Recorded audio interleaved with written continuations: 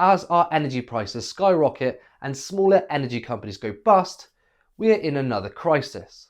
The government is looking to give loans to larger companies who expect to see their profits drop. And whilst it's not exactly like 2008, us taxpayers are still footing the bill while the executives continue to rake in the cash. It's high time to renationalise our energy sector along with much, much more.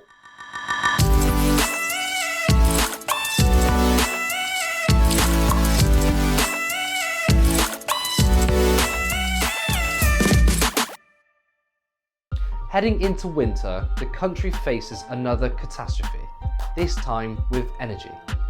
The UK faces the highest electricity prices in Europe. On top of that, national insurance will be increased, universal credit is due to be cut, and now it seems we must bail out the failing energy suppliers.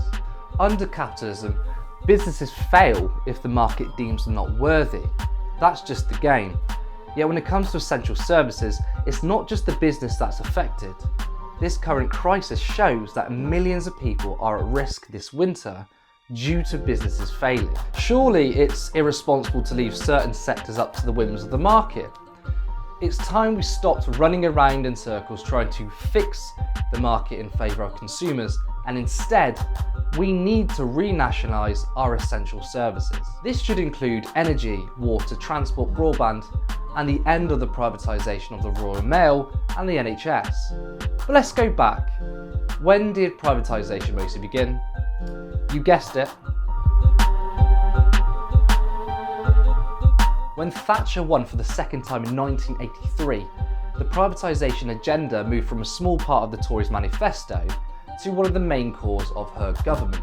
Notably, British Telecom was sold off in 1984, followed by British Aerospace and British Gas in 1986.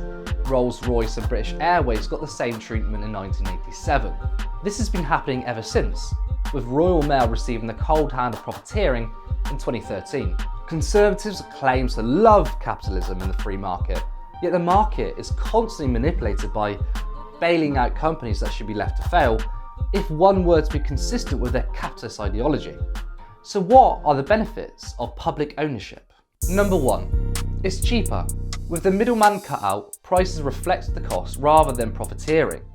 Currently, not only are you paying for the service, but you also need to pay extra for the company's profits. Without profiteering, you know every penny is spent going towards the service. Another great aspect of public ownership means it has the potential to be free at the point of use. Number 2, investment. A business operates to spend as little as possible whilst trying to attain its highest possible profits. A good example we have is our railways. Train operating companies have short-term contracts, meaning there is little to no incentive to invest. With public ownership, a budget surplus would either be reinvested into the service or spent on other public services such as the NHS. Number 3, it can reduce inequality. Inequality has exploded, but not just income, wealth too. Turning vital services into private enterprises makes the rich richer. Nationalisation helps reduce inequality. It stops corporations ripping off the services for profit. This means we can provide services at a reduced cost for people. Take back control. Our country has been looted by the wealthy as if it was their personal playground for long enough. Public services should be run in the interest of people, not wealthy fat cats who put profit above all else. In Labour's 2017 manifesto, the document talked about alternative models of ownership. Specifically, it looked at municipal ownership. The idea was popularised at the end of the 19th century, where local services were taken from private hands or from the national level.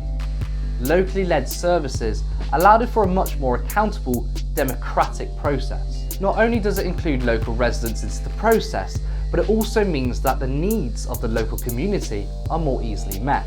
Municipal ownership takes our services away from corporate control, but it also takes it away from the bureaucratic nature of national government.